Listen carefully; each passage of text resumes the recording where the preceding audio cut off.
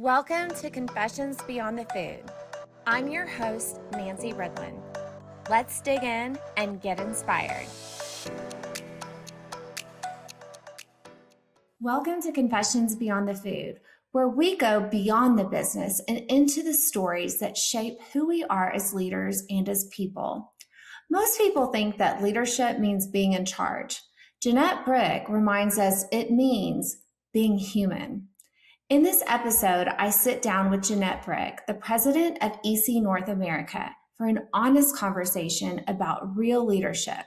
We talk about active listening, understanding your clients and your audience, and why the strongest leaders don't stand above their teams, they stand with them.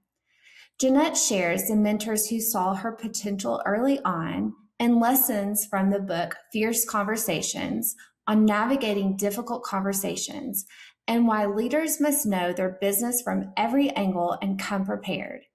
This episode is raw, real, and full of wisdom. A must listen for anyone ready to lead with purpose. Let's get into it. Hi, welcome back to Confessions Beyond the Food. My name is Nancy Ridlen, and I'm so excited you guys have joined us today. I have Jeanette in the studio. Hey, Jeanette. Hi.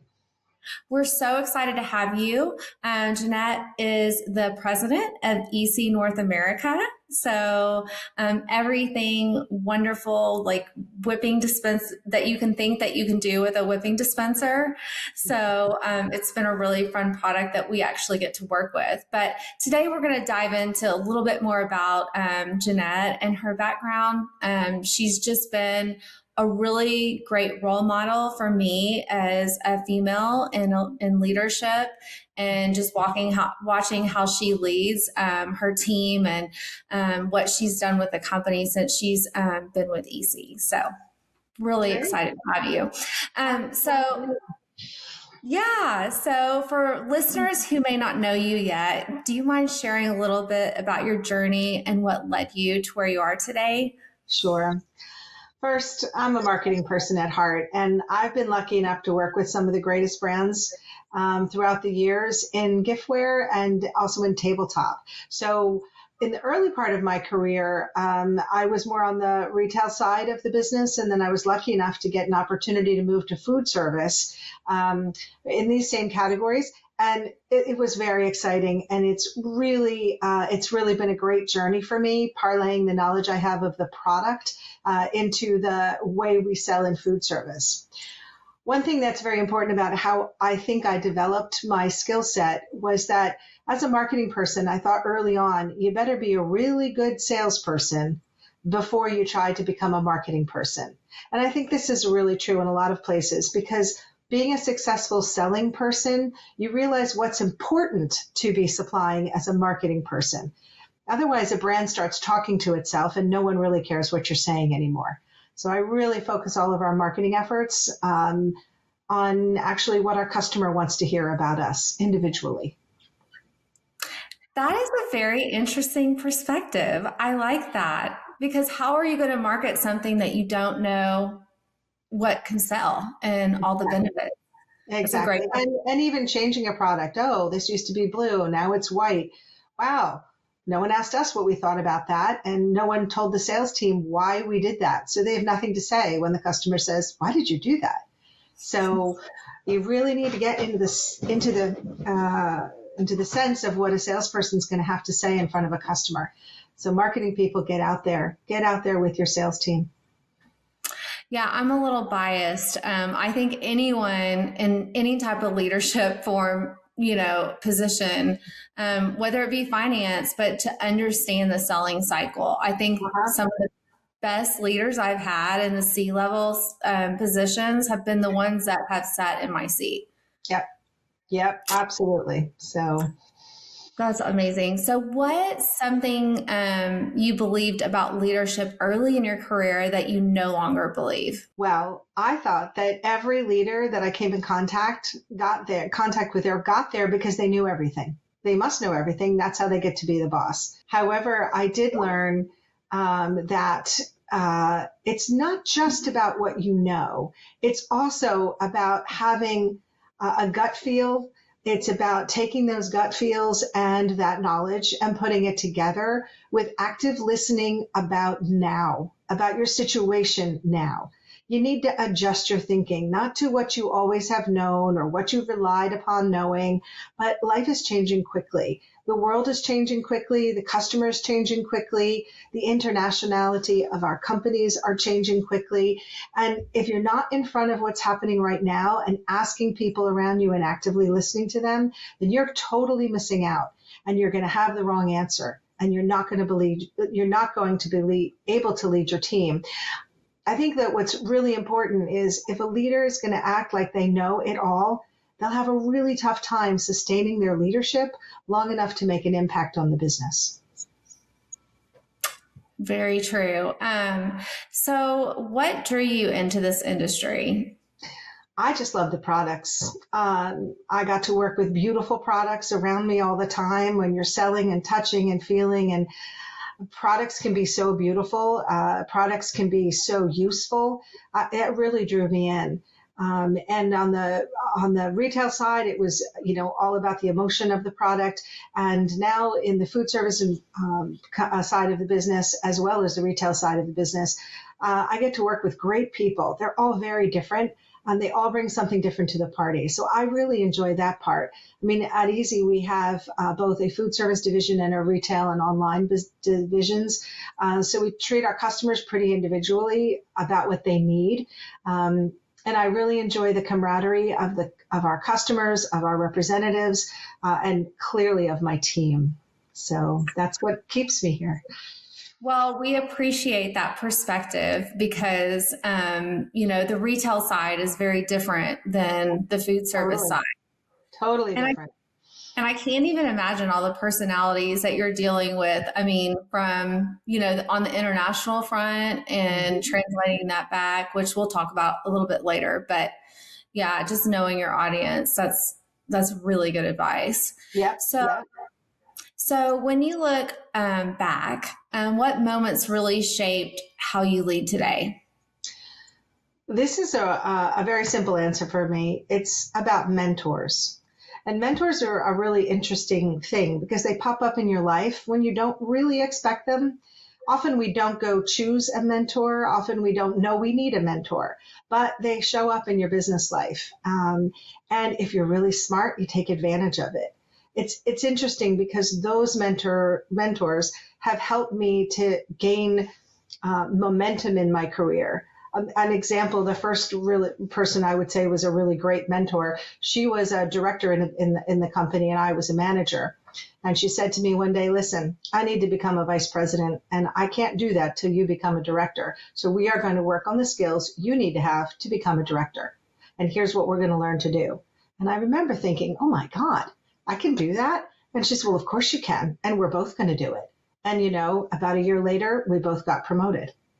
Another mentor gave me a crash course in analytical thinking and critical thinking. Like, what is important that we're looking at and what exactly are we analyzing here and why? And she is the first person who said to me, you could definitely be the president of a smaller, medium-sized company. You should definitely be looking at honing all of the skills you need, and I can help you do that. And she was the president of the company that I worked for. Today, I have an amazing mentor. My boss in Vienna, she's wildly smart, probably the smartest person I've ever worked for. She's decisive.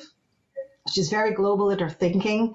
And she, very importantly, as a mentor, allows me the freedom to make decisions for what's important in the United States market.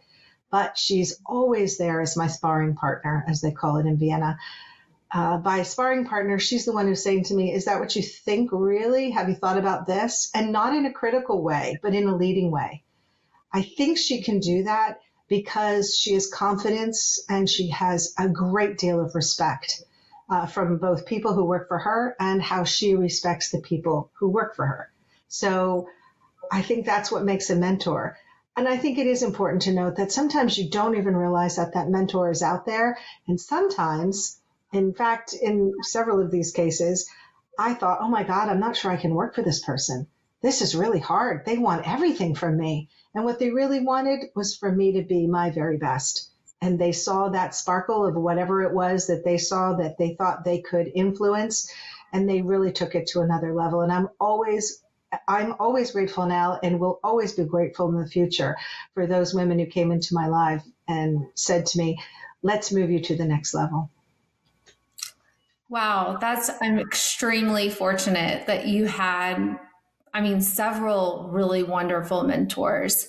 I think it's sometimes hard, and we think we have to do things all alone. And I have really benefited in the past couple of years, just taking a step back from all the things I have to do and to ask for advice. It's been the best time ever spent to get that real advice, and they have your best interest at heart, somebody that cares about you, but also that I can't sell.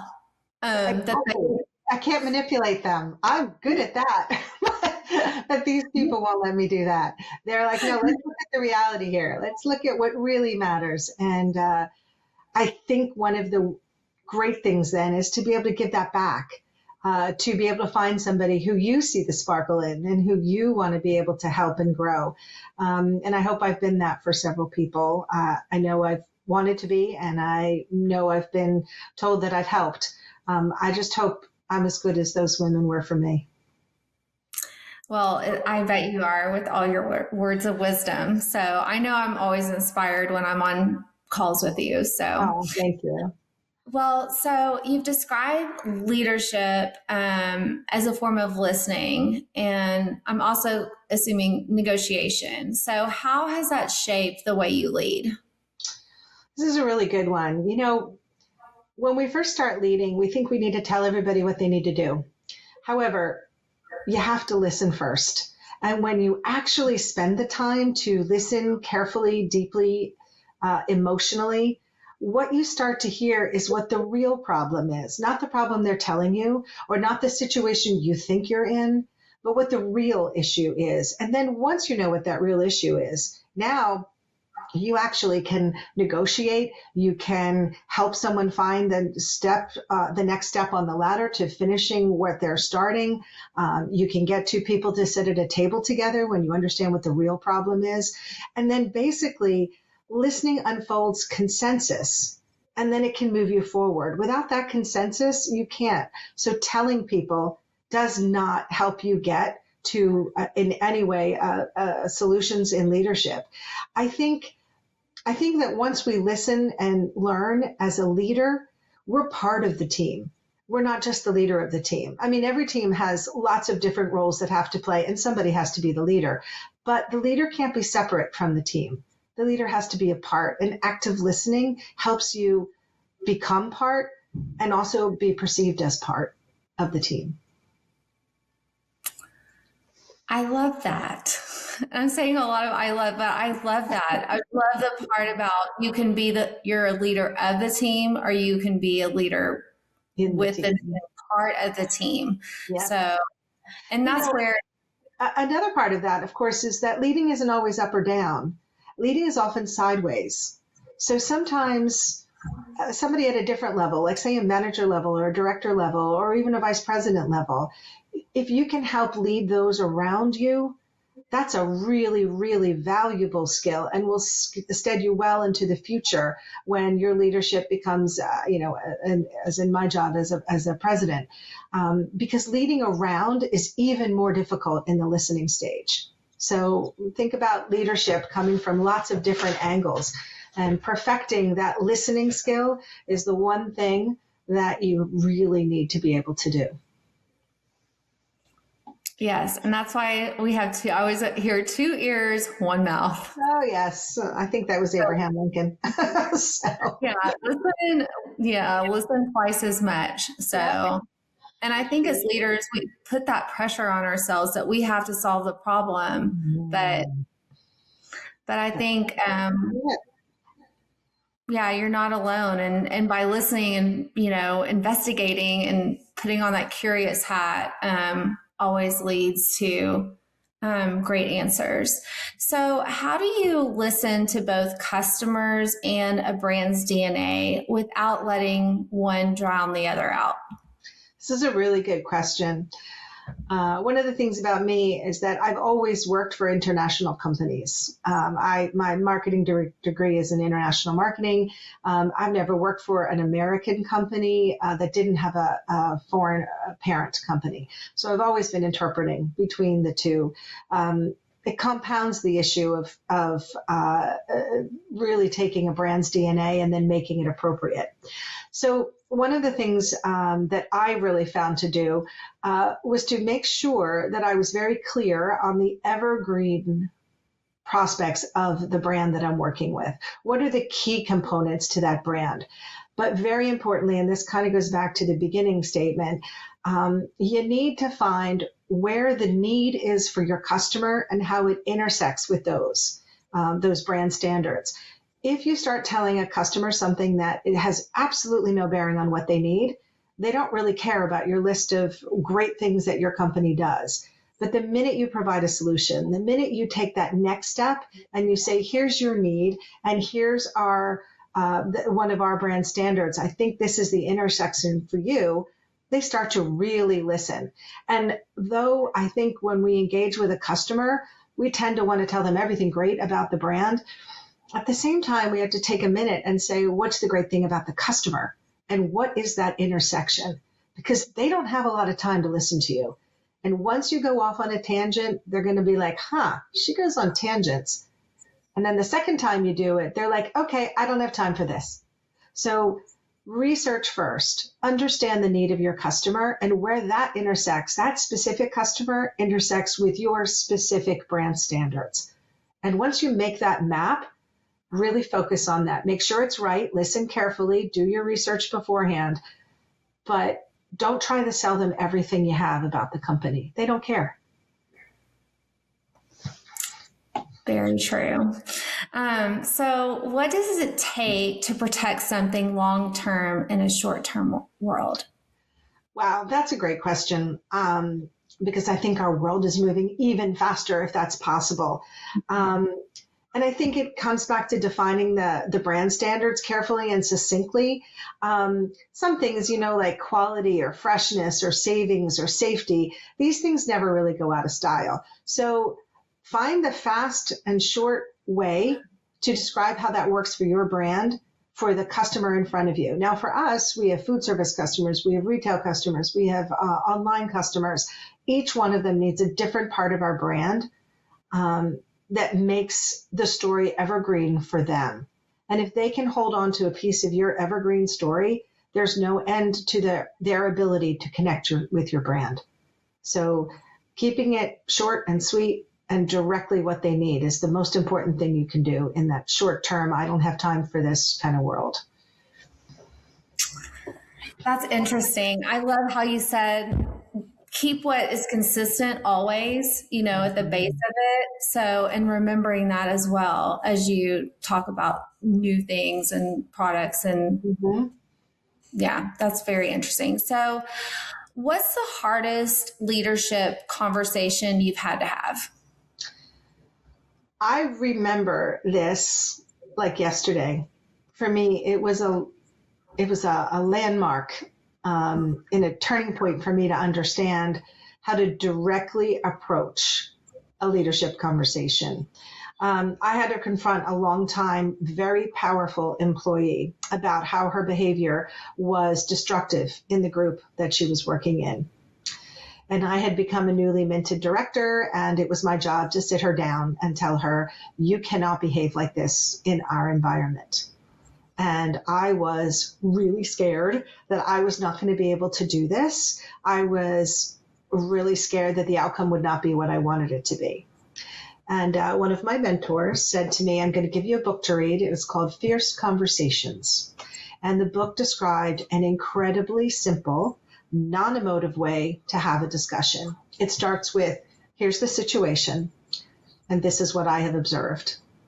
And then the second step is that how you saw it?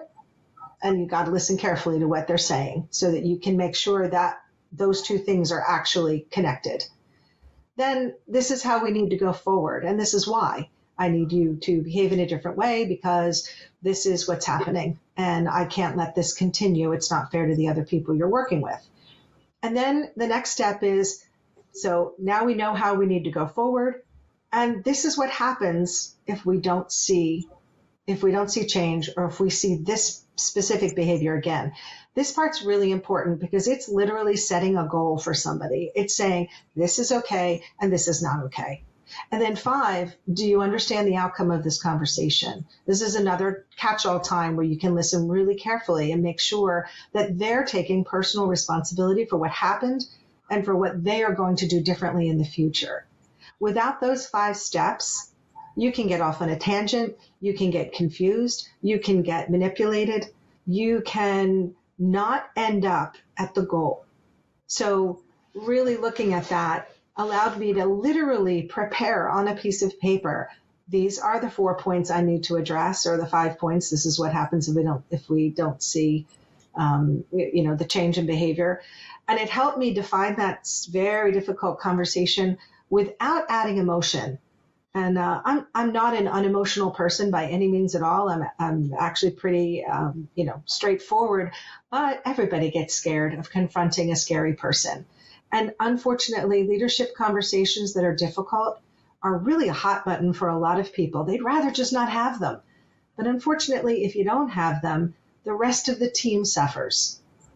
And then instead of the person who's the problem leaving, all the good people that you wanted to preserve from the problem, they're the ones who get fed up and leave.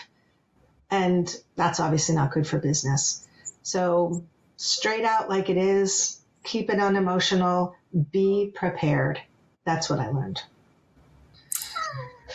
If you are listening in, you need to rewind back, go back a couple of minutes and listen to this, because this Conversations, that was the name of the book. It was amazing. It's a small little book. Step 1, here's the situation I observed. Step 2, is that how you saw it? Step 3, this is how we need to go forward. Step 4, this is what happens if this all happens again. And step 5, do you understand the outcome of this conversation? Simple and direct. It's so easy, especially you work with people you like, and, or like you said, or they're either scary, or they're one of your highest performers and you don't want to lose them. No. And sometimes I catch myself almost overcompensating for that person, Yes. That's your emotion taking over. You're absolutely right. We all do that because we're afraid. So let the afraid go. Stare it down. Right. Because it's almost, I learned the sandwich. I don't know what they call it, the sandwich. Yeah, not effective. Yeah, it's not. Because then it's like, did we really get to the heart of it? And do we understand? I love how you're, here's the behavior that's expected and what can we do moving forward? I think this is really good advice. And again, I get what I say called bajiggity when sometimes in conflict. And so, if it's somebody I'm competing against, it's not a big deal. But if it is a friend or because I work with a lot of my friends. And so that is one of the harder things is but in the end, I have to remember I'm helping them, I'm helping them. Absolutely. Don't sugarcoat. Sugarcoating doesn't help anybody. It really doesn't. Yeah, you don't learn, you don't grow. And I like how you said protecting the people around them. Mm-hmm. Everybody's worked in an environment where there's an obvious lacquer and nobody says anything. And everybody takes up their work and everybody gets annoyed. And then eventually everyone's looking around like, who's going to tell the slacker to stop it? And they're looking at you like, why aren't you telling the slacker to get busy? And the longer you let that go on, the longer the slacker gets comfortable in doing nothing and sloughing their work off on others. And eventually there's, one by one, those people who are high performing, they're like, I don't need to do this. I can high perform somewhere else without a slacker. And you don't even know it's happened. It's happening. I think they call it, is it silent quitting or something like that? That's what happens. People just withdraw. And then you think, where did my team go? Why don't they show up anymore? It's because you're not leading them. It's because you're letting the slacker lead them. And you can't do that. I feel like we could have a whole podcast on this, Jeanette, because this is really good stuff. Please do. So my last question before confession time. So what's a leadership lesson that you learned the long way? No shortcuts. I think we're talking about it. Tell it like it is. Sugarcoating does not help anyone. And if you don't define the issue or the requirements or the goals, whichever one of it doesn't always have to be a confrontational issue. It can be a goal setting discussion that's actually lively and fun and exciting. But if you don't actually say it like it really is, then no one knows what they're responsible for doing. And then here's the thing, no one shows up to actually be responsible. And I think you said this earlier, then you're alone sitting there responsible. And you thought you had this team behind you, but they don't know what to do because you haven't told them and you haven't been clear. And because you lacked clarity, you can't get the help you need. And so sugarcoating just lowers the frequency of understanding. So we're not nasty, but at the same time, sugarcoating when you need to be direct and not providing goals when you need to be direct, it doesn't work. It doesn't work in life, and it definitely doesn't work in business. Words of wisdom. So, well, we're going to conclude. As you know, Jeanette, at every end of the podcast, we ask for you to share a confession. This was tough. Well, here's my confession. I'm not actually a person who enjoys cooking. Okay, I said it. I have many. In fact, most of my colleagues, they love to cook. They're really, really good at cooking. They can imagine blending a taste together. They can imagine, I have these 6 things in my refrigerator. I could make this tonight. I seem to have that whole part of my brain missing. I can't imagine what flavors taste like together. It's probably one of the reasons why I love to work with the chefs and the baristas and the mixologists we have at Easy, because I trust what they're doing. I find it fascinating. I love to watch them create and cook. But just don't leave me in a kitchen. Now, I will say this. I love to bake. And baking is different than cooking. Baking, first of all, is a recipe, and you have to follow it exactly. So I like things that are pretty exact, you might have noticed. But also when I'm baking for people, particularly Christmas cookies is a really good example. I'm pretty famous for those. I'm thinking about those individuals to whom I'm going to give the baked goods, and it's sort of my way of showing them love.